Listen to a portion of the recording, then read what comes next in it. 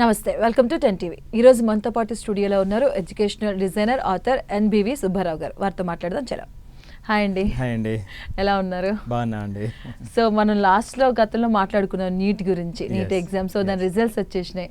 So ఎగ్జాక్ట్గా మీరు ఏదైతే చెప్పారో ఆ రోజు ఇచ్చిన వ్యాలిడ్ ఇన్ఫర్మేషన్ అనేది 30 బిలో మార్క్స్. అసలు ఎలా చెప్పగలిగారు, ఏంటి అసలు, ఎలా ఉంది అసలు? ఆ రోజు అండి ఎగ్జామ్ అయిన వెంటనే ఫిజిక్స్ అనేటువంటిది ఊహించని కష్టంగా ఉంది అనేటువంటిది ఆ రోజు ఉన్నటువంటి వార్తలు. పిల్లలకి ఏమవుతుందంటే పాపం వాళ్ళ ప్రిపరేషన్లో ఒక మార్క్కి ఫిక్స్ అయిపోయి ఉంటుంది. నేను ఇన్ని మాక్ టెస్టులు రాశాను, గ్రాండ్ టెస్టులు రాశాను, నేను ఎప్పుడు నా యావరేజ్ 600 ఉంది అని అనుకున్న విద్యార్థి బయటకు వచ్చి అతని మార్కులు లెక్క పెట్టుకుంటే, సో ఆ కీ తీసుకుని 550, 560 దగ్గర ఆగిపోతే వాళ్ళు ఎంత బాధపడిపోతారండి. అరే నా గోల్ రీచ్ అవ్వలేకపోతున్నానే అని అనిపిస్తుంది. మనం గత 2 దశాబ్దాల నుంచి చాలా కాంపిటేటివ్ ఎగ్జామ్స్ మనం చూసినప్పుడు ఇక్కడ డైమెన్షన్స్ రకరకాలు ఉంటాయండి. ఒకటి చదువు మాత్రమే కాదు, చదువునేటువంటిది మనం ఎలా ఎగ్జామినేషన్లో ఎలా ప్రజెంట్ చేసామనేటువంటిది చాలా చాలా ఇంపార్టెంట్. సో ఆ ప్రజెంటేషన్ చేసేటువంటి సందర్భంలో అక్కడ చాలా ఫ్యాక్టర్స్ ఉంటాయి.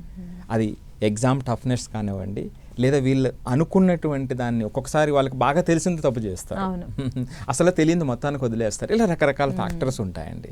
ఇవన్నీ చూసినప్పుడు పిల్లలు ఇమీడియట్గా చాలా డిమోరలైజ్ అవుతారు. అందుకని ఆ రోజు మనం చెప్పినటువంటి సందర్భంలో లాస్ట్ ఇయర్ 720కి 720 వచ్చినప్పటికీ కూడా ఇప్పుడు మైనస్, జనరల్గా +or-20 10 అని చెప్తూ ఉంటాం. ఈ సందర్భంలో ఖచ్చితంగా -30 లేదా -20 to 30 అని చాలా మనం ఎంఫసైజ్ చేసి చెప్పాము. సో అదే సందర్భంలో ఇప్పుడు కూడా మనకి హైయెస్ట్ మార్క్ 686 వచ్చిందన్నమాట అండి. సో క్లోజ్ వచ్చింది.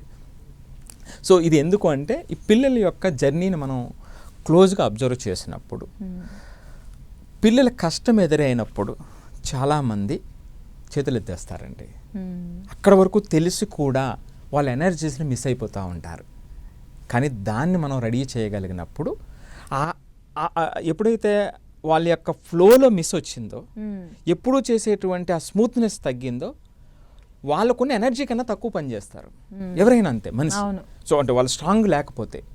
సో కానీ ఈ కాంపిటీషన్లో ఏమవుతుందంటే బాగా చదివేటువంటి పిల్లలు, అంటే ఆ స్కిల్ ఓరియంటెడ్గా ఉన్న పిల్లలు, జస్ట్ నాలెడ్జ్ ఓరియంటెడ్గా కాకుండా స్కిల్ ఓరియంటెడ్గా డెవలప్ చేసుకున్నటువంటి పిల్లలు కష్టమైన ఎగ్జామ్లో వాళ్ళే ముందుకు వస్తారండి.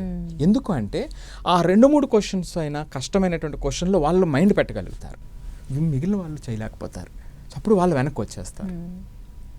అది ముఖ్యమైనటువంటి పాయింట్ అన్నమాట అండి. సో ఏదేమైనప్పటికీ ఏంటంటే తెలుగు రాష్ట్రాల్లో మంచి మార్కులు సాధించి కాబోయే డాక్టర్లు అవుతున్నటువంటి పిల్లలందరికీ కూడా మన 10 టీవీ తరపున అభినందనలు తెలియజేద్దామండి. తప్పకుండా అండి. అట్ ద సేమ్ టైం మన తెలుగు రాష్ట్రాల్లో నీట్కి సంబంధించి ప్రోగ్రెస్ ఎలా ఉందంటారండి మీ ఒపీనియన్? తెలుగు రాష్ట్రాలలో నీట్కి సంబంధించిన ప్రోగ్రెస్ అంటేనండి పేపర్లో ప్రకటనలకు మాత్రమే పరిమితం అండి. మనం చూస్తే రిజల్ట్ వచ్చిన మరునాడు 1-2 రోజులు ఫుల్ యాడ్స్ వస్తూ ఉంటాయి. సో ఇవన్నీ కూడా అర్ధసత్యాలతో కూడినటువంటి ప్రకటనలు అండి. ఆ ఇన్స్టిట్యూట్ ఈ ఇన్స్టిట్యూట్ అని కాదు. సో అర్ధసత్యాలతో కూడినటువంటి ప్రకటనలు ఉంటాయి. కానీ నేను బాధపడుతూ ఉంటాను, ఎడ్యుకేషనల్ ఇన్స్టిట్యూషన్లో లేదా ఎడ్యుకేషన్ రిలేటెడ్ దాంట్లో సత్యాన్ని మనం చెప్పకపోతే, సత్యాలను మనం దాస్తే ఒక రకంగా అబద్ధం చెప్పినట్టే అవుతుందండి. అది వేరే వ్యాపార ప్రకటనలో జరిగితే వేరే, కానీ ఎడ్యుకేషన్కి సంబంధించిన ప్రకటనలు అలాగ ఉంటే నేను చాలా బాధపడుతూ ఉంటాను. సో ఉదాహరణకి మన తెలుగు రాష్ట్రాలలో, అంటే తెలుగు పిల్లలకి, నేను ఇన్స్టిట్యూట్ల గురించి మాట్లాడట్లేదు, తెలుగు పిల్లలకి వచ్చినటువంటి బెస్ట్ ర్యాంక్ అండి ఆల్ ఇండియా 18 అండి, 18. సో మొదట 17 స్థానాల్లో మన పిల్లలు ఎవరు లేరు. మన ఇన్స్టిట్యూట్లు అక్రాస్ కంట్రీ ఉన్నప్పటికీ కూడా మొదట 17 స్థానాల్లో మన పిల్లలు లేరు. అంతేకాకుండానండి తెలుగు పిల్లలు టాప్ 100లో ఆంధ్ర నుంచి 6, తెలంగాణ నుంచి 5 మాత్రమే ఉన్నారు. టోటల్గా 11 మాత్రమే ఉన్నారు. అంటే బయట ఏదైతే మనం బూస్టప్ చేస్తామో, మన పేరెంట్స్ చిన్నప్పటి నుంచి ఈ జేఈ నీట్ అనేటువంటి మాయలో ఉంటారో, ఫలితాలకు వచ్చేటప్పటికి పర్టికులర్లీ ఇలాంటి కష్టం వచ్చినప్పుడు, అంటే కష్టంగా పేపర్ వచ్చినప్పుడు మన పిల్లలు చేతులు ఎత్తేస్తారు. మన వాళ్ళు ఎప్పుడు కూడానండి యాడ్లు వేసేటప్పుడు కూడా 1 అనేటువంటి ర్యాంకులు వేస్తారు. సో 1 కాకపోతే 3 వచ్చింది, తప్పేముందండి? అది విలువైంది కాదా? ఫస్ట్ ఆఫ్ ఆల్ అంటే parents should be think about this ఎస్ పిల్లల కంటే. ఖచ్చితంగా అండ్ మనం కూడా ఆలోచించాలి, అందరికీ ఒకటే రాదుగా. కాదు కదండి. సో ఒకటే ఎందుకు వస్తుంది, రాదు కదండి. సో అదే సందర్భంలో పేరెంట్స్ అందరూ కూడా మీరు అర్థం చేసుకోవాల్సినటువంటి ప్రకటన చూసినప్పుడు మీరు అర్థం చేసుకోవటానికి ఇవి రకరకాల విభాగాలు ఉంటాయండి. అంటే నేను అర్ధ సత్యాలను ఎందుకన్నాను అంటే ఓపెన్ కేటగిరీ ఒకటి ఉంటుంది, ఈడబ్ల్యూఎస్ ఒకటి ఉంటుంది, ఎస్సీ కేటగిరీ ఒకటి ఉంటుంది, ఎస్టీ కేటగిరీ ఒకటి ఉంటుంది, ఓబీసీ ఒకటి ఉంటుంది, పీడబ్ల్యూడి ఒకటి ఉంటుంది.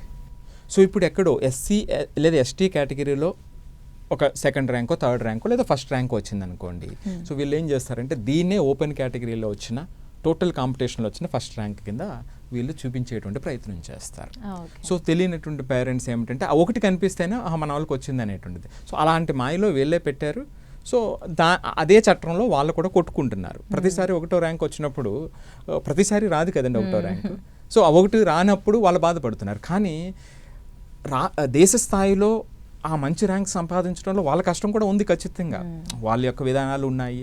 సో అది ఎంతమందికి ఎక్కువ మందికి చేరట్లేదనే మన బాధ తప్ప, సో చెప్పేటువంటి వాటిల్లో సగం సత్యాలు ఉన్నాయనేటువంటిదే ఇది. సో ఇదే సందర్భంలో మీకు ఇంకొక ఇంపార్టెంట్ విషయం చెప్తాను. ఢిల్లీ నుంచి చిన్నదే కదండి, టాప్ 100లో ఎన్ని ర్యాంకులు ఉన్నాయో తెలుసా వాళ్ళకి? 17 ఉన్నాయండి. 17 ఉన్నాయి.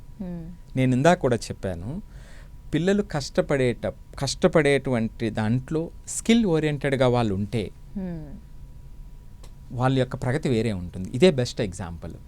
మన పిల్లలు 17 ర్యాంకుల వరకు ఎక్కడా లేరు అంటే అంతేకాకుండా టాప్ 100లో మన దగ్గర 11 ర్యాంకులు మాత్రమే వచ్చినాయి. సో ఢిల్లీ 17 ర్యాంకులు వచ్చినాయి. సో అక్కడ వాళ్ళు చదివేటువంటిది చాలా సహజంగా చదువుతారు, న్యాచురల్గా చదువుతారు ఎక్కువ మంది పిల్లలు. ఇది ట్రూ స్పిరిట్ అనమాట. లేదా టూ కాంపిటీషన్ కానివ్వండి, టూ స్కిల్స్ కానివ్వండి, వాళ్ళకు ఉన్నటువంటి ట్రూ స్కిల్స్. ఇది జీవితంలో నేను ఎప్పుడు ప్రాధాయపడేటువంటిది అదే. ప్రతి పేరెంట్ని అర్థం చేసుకోమని, వాళ్ళ కష్టం వచ్చినప్పుడు ఏ విధంగా రియాక్ట్ అవుతున్నారు, దాన్ని ఎంతవరకు అర్థం చేసుకుంటున్నారు, వాళ్ళు అప్పటి వరకు చేసినటువంటిది ఎంతవరకు వెళ్తున్నారు అనేటువంటిది చాలా ఇంపార్టెంట్ అనమాట ఇది. అండ్ ఇంకో చిన్నది, ఎందుకంటే నీట్ ఎగ్జామ్ రిజల్ట్స్ వచ్చేసినాయి, నెక్స్ట్ వాళ్ళ కౌన్సిలింగ్ ఉంటుంది. బట్ చాలా మందికి ఇంకొక క్వశ్చన్ డౌట్ ఉంటుంది, నీట్లో అనుకున్నంత ర్యాంక్ రాలేదు, మంచి కాలేజ్ సీట్ రాలేదు, సో వాట్ నెక్స్ట్? బికాజ్ కొంతమందికి ఎంసెట్లో మంచి ర్యాంక్ వస్తుంది, పర్సంటేజ్ వైజ్గా బాగుంటారు, సో వాళ్ళు ఎలా చూస్ చేసుకోవాలనేది చాలా మందికి డౌట్ ఉంటుంది. సో వాళ్ళు ఎలా వెళ్ళాలి? సో వాళ్ళ కోసం పర్టికులర్గా ఆ పిల్లలందరికీ నేను ప్రేమగా చెప్తున్నాను అండి, నాన్న మై డే స్టూడెంట్స్, ఇక్కడ మన 2 స్టేట్స్లో కూడా సుమారుగా 13,000 నుంచి 14,000 ర్యాంకులు సీట్లు మాత్రమే ఉన్నాయి.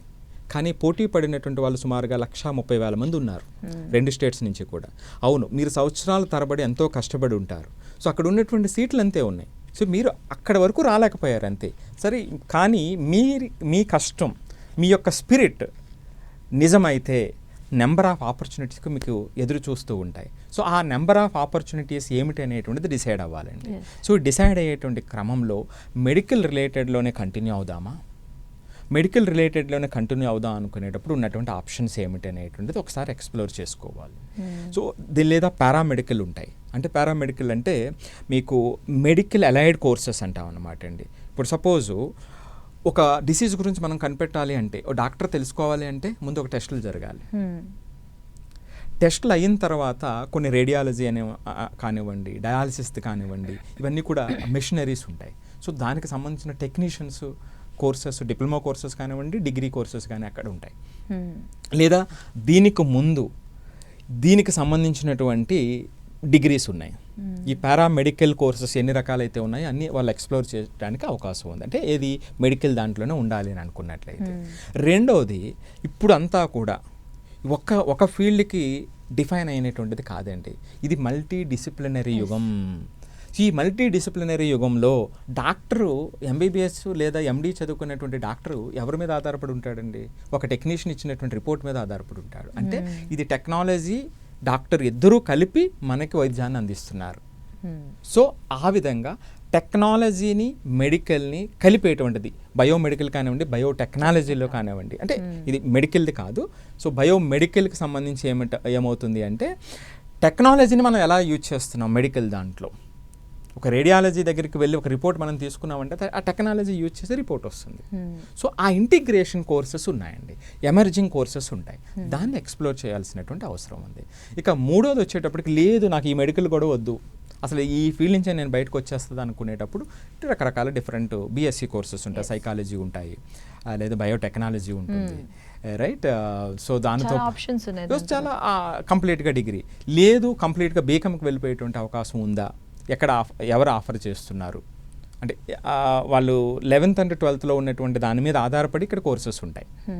సో లేదా ఎల్ఎల్బి ఎవరైనా ఆఫర్ చేస్తున్నారా, ఏ యూనివర్సిటీ అయినా ఆఫర్ చేస్తుందా, లేదా కంప్లీట్గా దాని నుంచి బయటకు రావడానికి, అంటే ఈ యొక్క కోర్సెస్కి సంబంధించినటువంటి ఇన్ఫర్మేషన్ వాళ్ళు ఎక్స్ప్లోర్ చేస్తే. అంటే నేను ఎప్పుడు కూడా అంటే మనం ఎప్పుడు కూడా ఒక జనరిక్ సెంటెన్స్ మనం ఇవ్వకూడదండి. నీకు నాన్న మెడికల్లో ఇంట్రెస్ట్ ఉందా, నాన్న ఏమున్నాయి, లేదా మెడికల్ ఇంట్రెస్ట్ ఉన్నా రాలేదు కాబట్టి పారామెడికల్లో నీకు ఇంట్రెస్ట్ ఉండి దాంట్లోకి నువ్వు వెళ్తావా, లేదు కంప్లీట్గా సైన్స్ కోర్స్ మెడికల్ కాకుండా సైన్స్ కోర్స్లో నేను ఉంటానా, లేదా టెక్నాలజీ మెడికల్కి సంబంధించినటువంటి ఫీల్డ్ నువ్వేమైనా ఎక్స్ప్లోర్ చేస్తావా, లేదా ఇవేమీ కాకుండా ప్యూర్గా రేపొద్దుట నేను యూపీఎస్సీకో దేనికో సివిల్స్ రాయడానికి వెళ్ళిపోతాను, లేదా గవర్నమెంట్ జాబ్ నా ఉద్దేశం, లేదా ఆర్ఆర్బీ రాస్తాను, ఏదో ఇలాంటి ఆలోచనలు ఉన్నట్లయితే ఇంకొక పాత్ ఉంటుంది. సో ఈ విధంగా వాళ్ళు ఎక్స్ప్లోర్ చేయవలసినటువంటి అవసరం ఉంది. సో నెంబర్ ఆఫ్ ఆపర్చునిటీస్ పిల్లలందరికీ ఉంటాయి కాబట్టి మీరు అది చూసుకున్నట్లయితే ఆ యొక్క ఆపర్చునిటీని ఎక్స్ప్లోర్ చేసుకుంటే so beautiful life is awaiting even for you. So ఇదొక జర్నీలో నీట్ అనేటువంటిది మీ యొక్క ఎడ్యుకేషనల్ కాదు, మీ లైఫ్లో అదొక పార్ట్ అంతే. రాకపోయినప్పుడు ఏమేమి ఆప్షన్స్ ఉన్నాయనేటువంటిది ఎక్స్ప్లోర్ చేయండి. సో దానికి అనుగుణంగా చాలా మంది ఇంకొక ఇయర్ ఆగుదామా, ఇంకొక ఇయర్ మళ్ళీ మనం సో మీరు అడిగిన రైట్ క్వశ్చన్ చెప్పారు. సో ఈ ఇయర్ ఆగటానికండి లాంగ్ టర్మ్కి వెళ్ళేటప్పుడు కూడా మీరు దగ్గరగా బార్డర్గా వచ్చి కట్ ఆఫ్లో బార్డర్గా వచ్చినప్పుడు ఒక ఛాన్స్ తీసుకోవడానికి హై ప్రాబబిలిటీ ఉంటుంది. అట్లాగని నేను చూశానండి చాలామంది పిల్లల్ని మెడికల్లోనే 300 మార్కులు 250 మార్కులు వచ్చి ఫస్ట్ అటెంప్ట్లో డాక్టర్ అయిన పిల్లలు ఉన్నారు. అందుకని మనం ఎప్పుడూ కూడా ఒకే మాటను రుద్దకూడదండి. ఆ శక్తి వాళ్ళకి వచ్చినప్పుడు నా నమ్మకం అదే, పిల్లల్లో వాళ్ళ ఎనర్జీని వాళ్ళకి కనిపెట్టినప్పుడు, వాళ్ళు ఎక్స్పీరియన్స్ చేసినప్పుడు వాళ్ళు చేసే ప్రయాణం వేరే ఉంటుందని నేను పదే చెప్తూ ఉంటాను. 250 మార్కులు వచ్చి డాక్టర్స్ అయినటువంటి వాళ్ళు ఉన్నారు. ఇది సెకండ్ అటెంప్ట్. నెక్స్ట్ రెండోది ఒక అద్భుతమైనటువంటి ఒక కేస్ స్టడీ అండి. నిజామాబాద్కి సంబంధించినటువంటి ఒక ప్లేస్లో గవర్నమెంట్ స్కూల్లో చదివినటువంటి పిల్లవాడు ఆన్లైన్ క్లాసెస్ విని 643 మార్కులు సంపాదించాడండి 2 సంవత్సరాల క్రితం. ఎయిమ్స్లో జాయిన్ అయ్యాడు. చూడండి, ఏది ఎక్కడ కోచింగ్కి వెళ్ళినటువంటి పిల్లవాడు. సో ఇలాంటి ఎన్నో కథలు ఉన్నాయండి మనకి. సో మనకు కనిపించినటువంటి కథలు ఉన్నాయి. సో కాబట్టి మీరు అడిగినటువంటి ప్రశ్నకి లాంగ్ టర్మ్కి వెళ్ళాలి అన్నట్లయితే ఫస్ట్ పాయింట్, ప్రతి పిల్లవాడు, పేరెంట్ కాదు, పిల్లవాడు చెక్ చేసుకోవాల్సినటువంటి వాళ్ళ యొక్క అటెన్షన్, వాళ్ళ యొక్క ఫోకస్, వాళ్ళ యొక్క ఇంట్రెస్ట్ క్లాస్ రూమ్ లోపల ఎంత ఉంది. సెకండ్ పాయింట్, క్లాస్ రూమ్ తర్వాత నువ్వు సెల్ఫ్ ప్రిపరేషన్ చేసినప్పుడు ఎంత ఇంటెన్స్గా నువ్వు వర్క్ చేయగలుగుతున్నావు, ఎంత నిజాయితీగా నువ్వు వర్క్ చేస్తున్నావు, అది రెండో పాయింట్. మూడో పాయింట్ ఏమిటంటే నువ్వు చేసినప్పటికీ ఇనీషియల్గా ఫలితాలు రానప్పుడు ఎంత ఎండ్యూరెన్స్ నీ దగ్గర ఉంది. ఈ మూడింటిలో పాజిటివ్ రిజల్ట్ వచ్చింది అంటే నువ్వు లాంగ్ టర్మ్కి వెళ్ళొచ్చు. ఈ మూడింటిలో పాజిటివ్ రిజల్ట్ రాకపోతే నువ్వు మార్కులు బార్డర్లో ఉన్నా సరే ఛాన్సెస్ చాలా తక్కువ అండి. సో మిగతా వాటి అంటప్పుడు ఎక్స్ప్లోర్ చేయవలసి, సో ఏ వేస్ట్ చేసుకోవాల్సినటువంటి అవసరం లేకుండా. So thank you so much Subbarao గారు, చాలా వాల్యుబుల్ ఇన్ఫర్మేషన్ ఇది ప్రేక్షకులు తెలియజేశారు. Thank you so much.